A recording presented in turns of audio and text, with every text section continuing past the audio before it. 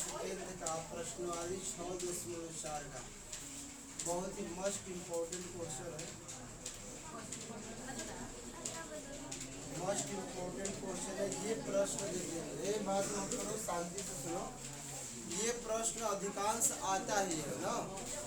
प्रश्न किस प्रकार का है? प्रश्न में कह रहा है कि सिद्ध कीजिए कि, ध्यान से समझना और इसमें पूछने पर आप लोगों को क्या करना, बताना भी। इसमें कह रहा है सिद्ध कीजिए कि दो समरूप त्रिभुज, मतलब दो समरूप का त्रिभुजों के क्षेत्रफलों का अनुपात। एक बात इसमें लिखा है कि त्रिभुज दोनों क्या है, समरूप है। इस फैक्टर का बहुत काम पड़ेगा। कह रहा है कि उनके क्षेत्रफलों का अनुपात, दोनों त्रिभुज के क्षेत्रफलों का अनुपात इनकी संगत माध्यिकाओं के अनुपात का वर्ग होता है। ये प्रमेय 2 में लिखवाया गया और उसी को देखिए सिद्ध करने पाया, लिखवाया गया था ना कि त्रिभुज के क्षेत्रफल का अनुपात उसके संगत माध्यिकाओं के वर्गों के अनुपात के बराबर होता है। ऐसा करके एक प्रमेय दूसरा लिखवाया गया इस प्रश्नवाली के थ्योरी में लिखवाया गया है। बोलिए। तो अब वही कह रहा है कि सिद्ध कीजिए कि जो क्षेत्रफल होगा, अगर मान लीजिए दो त्रिभुज है, एरिया ऑफ ABC मान लीजिए और एरिया आपका PQRDF कुछ भी मान सकते, दोनों के क्षेत्रफल का अनुपात। कह रहा है कि दो समरूप त्रिभुज के क्षेत्रफल एरिया का अनुपात माध्यिका के वर्ग के अनुपात का बराबर है। यानी माध्यिका के अनुपात का वर्ग चाहे वर्ग के अनुपात बराबर। तो माध्यिका, इसमें बीच वाला को हम लोग माध्यिका कहते हैं। तो माध्यिका एक AD हो गया और इसमें माध्यिका का है PM हो गया। तो हो जाएगा AD का वर्ग बटा में PM का वर्ग। इसका कहने का मतलब ये आप बात क्या कीजिए, सिद्ध कीजिए। तो ये करेंगे काम, मान लेंगे, माना कि ABC और PQR दो कैसा त्रिभुज है, समरूप त्रिभुज। यहाँ ABC और PQR कैसा त्रिभुज है, इसलिए क्योंकि यहाँ पर लिखा ही है कि दोनों त्रिभुज का है, समरूप है। तो ये मान लीजिए सिद्ध का करना है। देख लीजिए, सिद्ध करना है कि उनके क्षेत्रफल का अनुपात, उनके क्षेत्रफल का अनुपात माध्यिकाओं के अनुपात का वर्ग होता है। तो माध्यिका एक AD हो गया, एक PM हो गया। तो माध्यिका के अनुपात का वर्ग, वर्ग माने स्क्वायर होता है। ये बात आपको क्या करना है, लाना। सिद्ध करने के लिए क्या कर लेंगे, यहाँ ये लिखना पड़ेगा कि ABC चूंकि समरूप है, कितना के समरूप है, PQR के समरूप। अब ये बात देखिए, ये खुद प्रमेय में प्रश्न में लिखा है, ये दिया है कि दोनों त्रिभुज का है, समरूप है। तो ABC और PQR दोनों आपस में क्या है, समरूप है। समरूप रहेगा तो आप दो बात इसका लिख सकते हैं इतना। ये प्रमेय 1 से लिखा गया है। जिन बच्चों को प्रमेय 1 याद होगा वो जरूर इसको समझ जाए। प्रमेय 1 में क्या लिखवाया गया था, कौन बताएगी? चलो तुम बताओ, खड़ा हो जाओ। प्रमेय 1 क्या था? 6.4 यार। चलिए आप बताइए, अभी बताइए। चलिए उधर चलिए आप बताइए। चलिए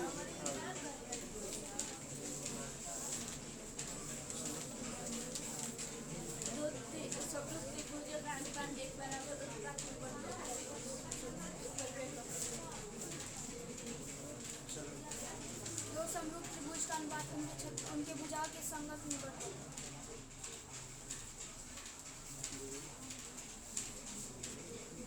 दो त्रिभुजों के क्षेत्रफलों का अनुपात उनके अनेक भुजाओं के संगत में बढ़ देता है। का प्रमेय 1 लिखवाया गया 6.4 में। दो को प्रमेय लिखवाए होंगे ना, एक 1 है, एक 2।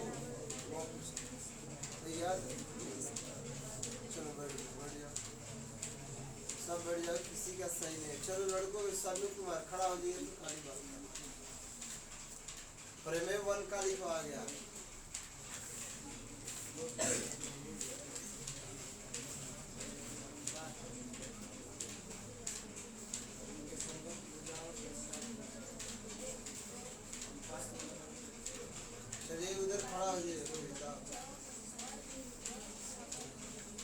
पीछे पीछे बोलेगा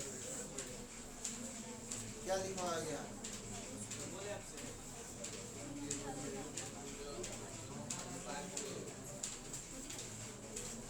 चलिए आप बताइए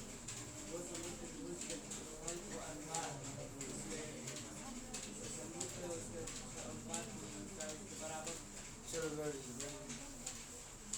सही रूप से कोई बताया होता है नहीं पढ़ाई तो चल नहीं रही है देखो यहीं पर खुद लिखे लिखवा गया था प्रमेय 1 में कि जब दो त्रिभुज समरूप हो जब दो त्रिभुज का हो तो उनके क्षेत्रफलों का अनुपात संगत भुजाओं के वर्गों के अनुपात के का होता है जैसे AB का संगत का है PQ है तो देखिए AB का वर्ग बटा में PQ AC है तो AC का संगत कौन है PR है तो AC का वर्ग बटा में PR का वही लिख सकते हो आगे पीछे से मतलब मान लीजिए भुजा BC है तो BC का संगत कौन है तो BC बटा में QR का मतलब ये परिमेय लिखवा गया है कि जब दो त्रिभुजकार है ध्यान नहीं दे रहे हो इधर जब दो त्रिभुज समरूप हो तो उनके क्षेत्रफलों का अनुपात तीनों संगत भुजा रहेगा ना तो उसके वर्ग के अनुपात के का होता है ये सबसे धांसू प्रमेय है एकदम धाकड़ प्रमेय समझ लो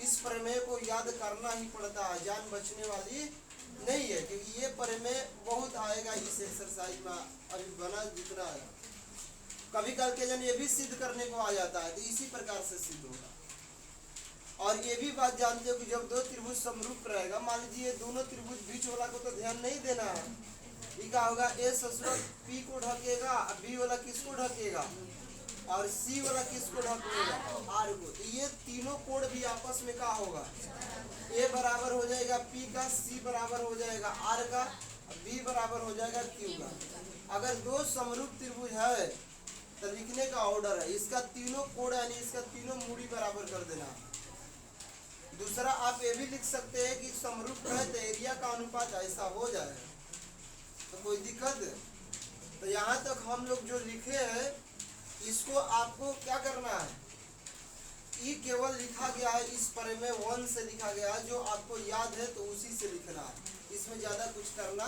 नहीं है अभी भी नहीं याद है तो अभी याद कर लीजिए कि ऐसा रहेगा तो हम लोग तीनों कोण बराबर कर सकते हैं और उसके एरिया का अनुपात भुजा के वर्ग के अनुपात के बराबर कर सकते तो ये बात हम लोग को क्लियर हो गया इसी को मान लेंगे समीकरण कितना अब क्या करेंगे इसके बाद कह रहा है कि अब एक छोटा सा प्रयास है कि इसको छोटा त्रिभुज में चलना कौन त्रिभुज देख लीजिए यहाँ कौन किस त्रिभुज में चल रहा है छोटा त्रिभुज चल रहा है ABD में PQ क्या लिखे देखिए ABD और क्या है PQM में बचा चलना जब चलिएगा तो B किसके बराबर है देख लीजिए B वाला ये कोण किसके बराबर है तो B बटा में B बराबर Q हो जाएगा कोण B बराबर क्या हो जाएगा ये बात ऊपर खुद लिखी गई है यहीं से लिख लेना अब क्या करना है इसमें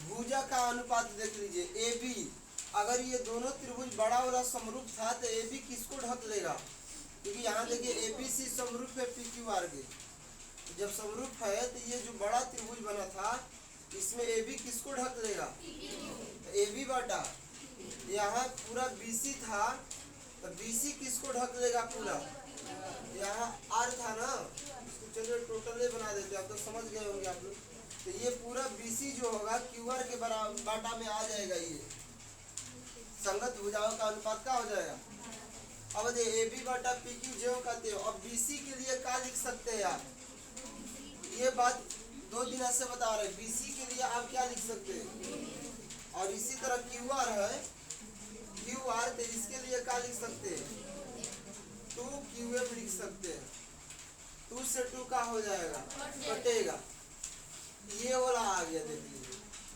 तो आप लोग बताइए कि इसमें एंगल ये साइड हो गया बीच में एंगल बराबर हो गया फिर BD बटा में QM आ गया इस साइड हो गया क्योंकि इस त्रिभुज की बात हो रही है तो साइड एंगल का लग जाएगा साइड लग जाएगा साइड एंगल साइड से त्रिभुज दोनों का हो जाएगा जब समरूप हो जाएगा तो AB किसको ढका है PQ के संगत है और AD पूछ देंगे किसके संगत होगा PM के संगत हो जाएगा कि नहीं हो जाएगा बताइए अब समीकरण 1 से, समीकरण 1 में देखिए ये वाला बात है ना, area of ABC P Q R, तो ABC of P Q R बराबर में केवल किसी एक को लेना है, तीनों को नहीं लेना है, किसी एक को। तो ए बी स्क्वायर बटा में मान लीजिए एक भाग को उसमें से ले लिया गया, ये वाला जेव का। अब ए बी किसके इक्वल में जा रहा है, ए बी के जगह पे क्या लिख सकते हैं, एडी लिख सकते हैं, फिर पी क्यू के बराबर में पीएम लिख सकते हैं स्क्वायर जेव का। तो यही बात देख लीजिए, सिद्ध करना है कि नहीं सिद्ध करना है कि area of ABC P Q are संगत माध्यिका के वर्ग के अनुपात के क्या होता है, और ये बात यहाँ पर क्या हो गई, आ गई। तो बताइए प्रूव हो गया कि नहीं हो गया, किसी को दिक्कत 1% कहीं पूछना है तो बोलिए।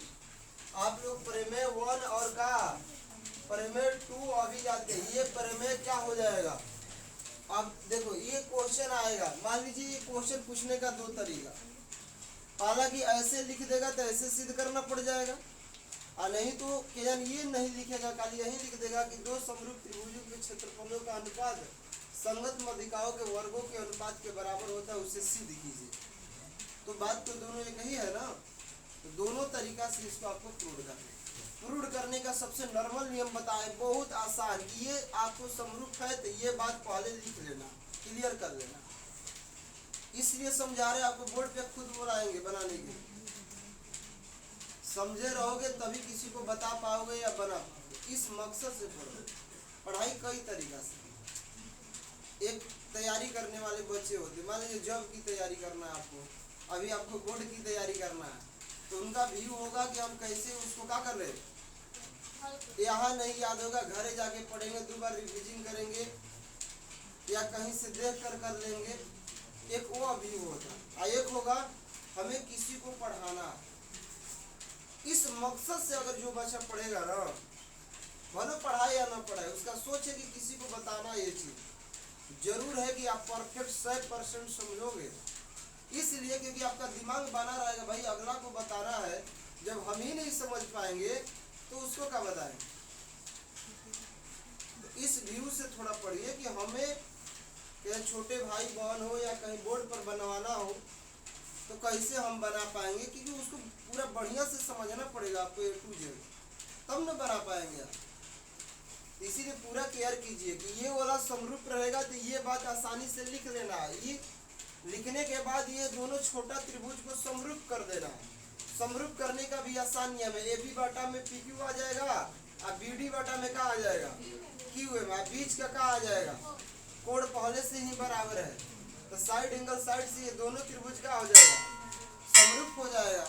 जब समरूप होगा तो ए बी के बाटा में क्या आ जाएगा, पी क्यू आ जाएगा, और ए बी के बाटा में पी क्यू, और ए डी के बाटा में क्या आ जाएगा, ए डी के बाटा में पी एम आ जाएगा।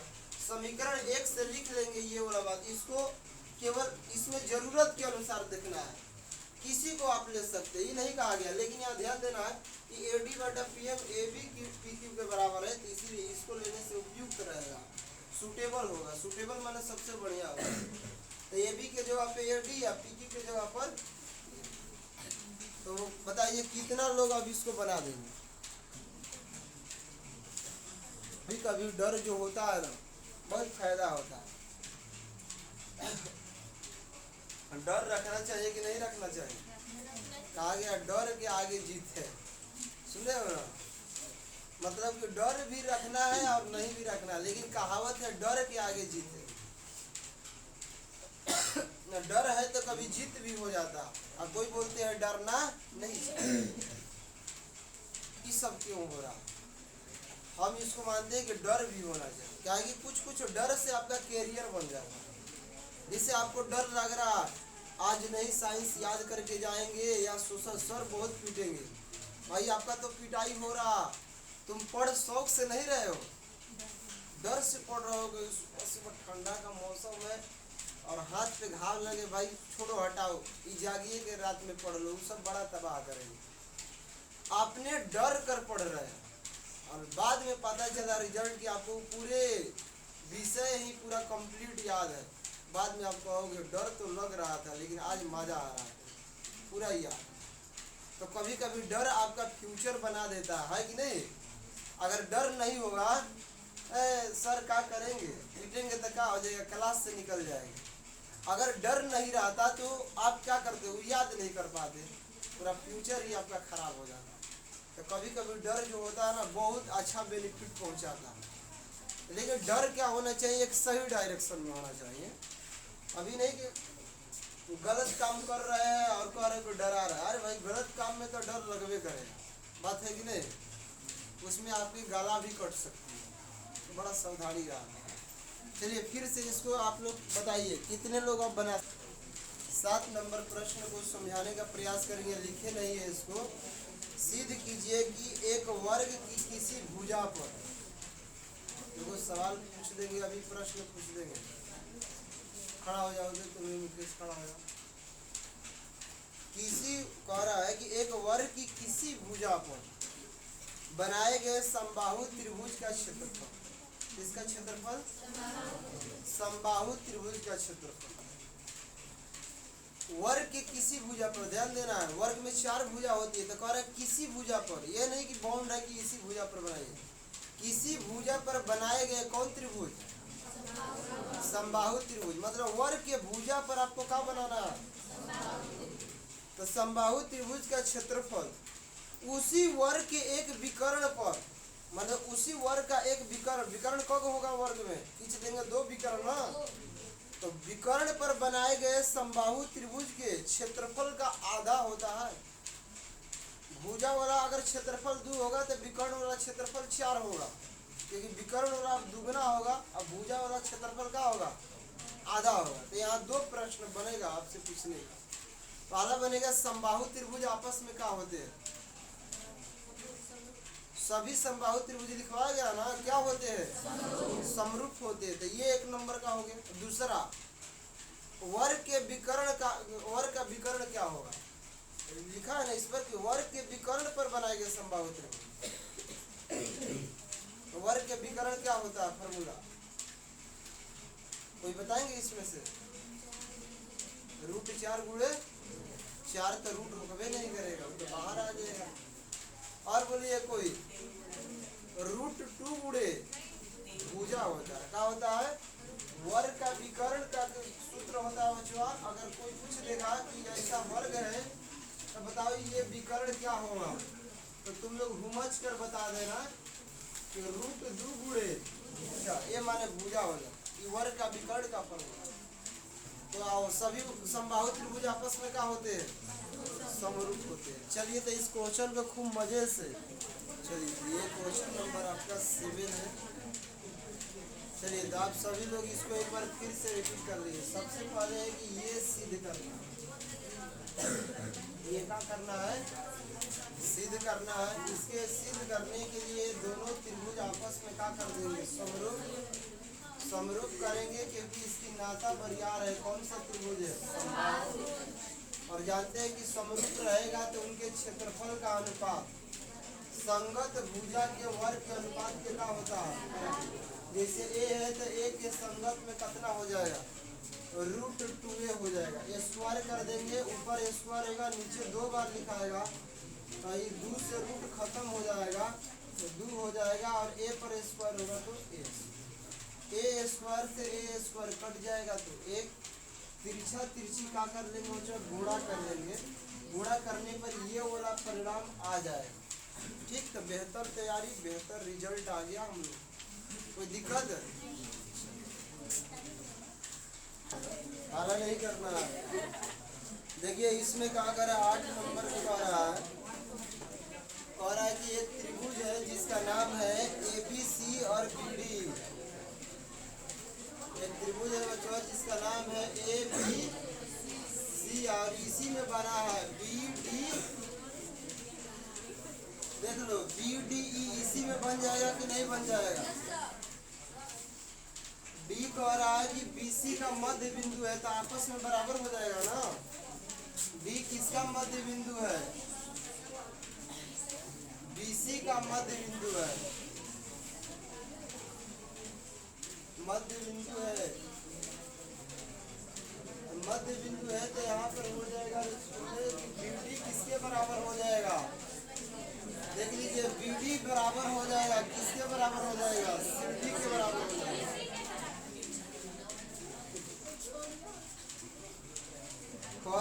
ABC और BD के क्षेत्रफलों का अनुपात ज्ञात कीजिए।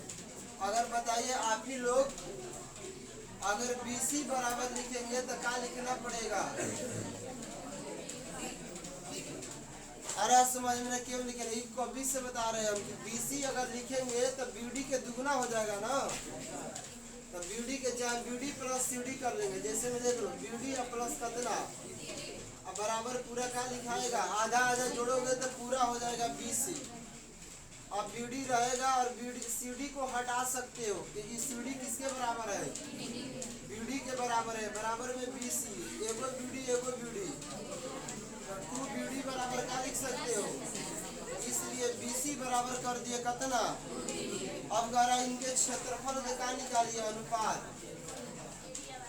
ABC कह रहा है, ABC का क्षेत्रफल अब बाटा में BDE का, दोनों समरूप है क्योंकि संगत भुजा का अनुपात का ही है।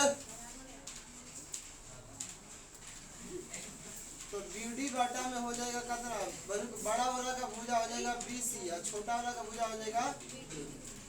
इसके क्षेत्रफल संगत भुजा के वर्ग के अनुपात के बराबर होगा। BC को हटा सकते हैं, BC के बदले में क्या लिख सकते हैं? BC को हटा के क्या लिख सकते हैं? अब BD से BD कटा लीजिए आप लोग एक बार में, चाहे BD से BD नीचे कटा लीजिए एक बार में, तो 2 बटा कितना आ गया? तो 2 निके और 1 का 1 आएगा, 4 अनुपात। तो इस पर देख लो इसका ताली बच जाएगा, आंसर आ गया एकदम। BC बराबर 2BD, इसको लिख लोगे और कटा के वर्क कर लेना, कोई दिक्कत है? इसमें एक और प्रश्न है शायद 9 नंबर, उसका भी हम धज्जियां उड़ा देते हैं। इसमें देखो कह रहा है कि भुजा का अनुपात दिया है, भुजा दिया है 4 अनुपात कितना 9 दिया है, तो क्षेत्रफल कितना हो जाएगा? 4 का स्क्वायर करना पड़ेगा 9 का, 9 4 के 16 99, ये आंसर आ गया। तो पूरा आपका कंप्लीट हो गया। चलो।